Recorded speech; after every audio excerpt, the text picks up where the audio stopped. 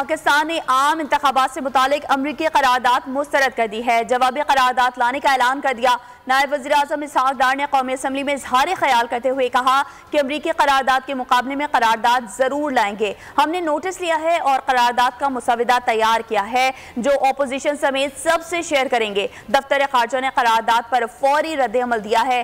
امریکی کانگریس کی یہ قرارداد بلا جواز ہے۔ ہم نے غزہ پر اپنی واضح پوزیشن دی اور اسرائیل کا نام لے کر مذمت کی ہے۔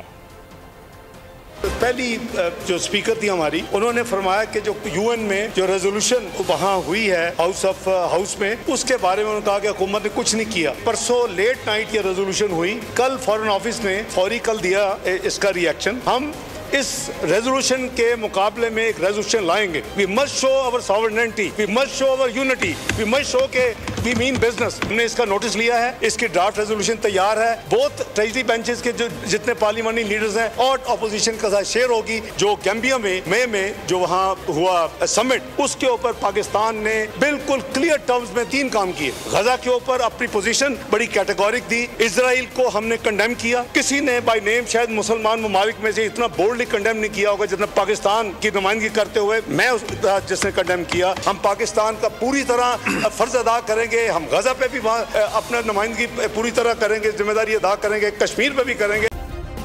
سبسکرائب کریں اور بیل دبائیں تاکہ کوئی خبر رہ نہ جائے۔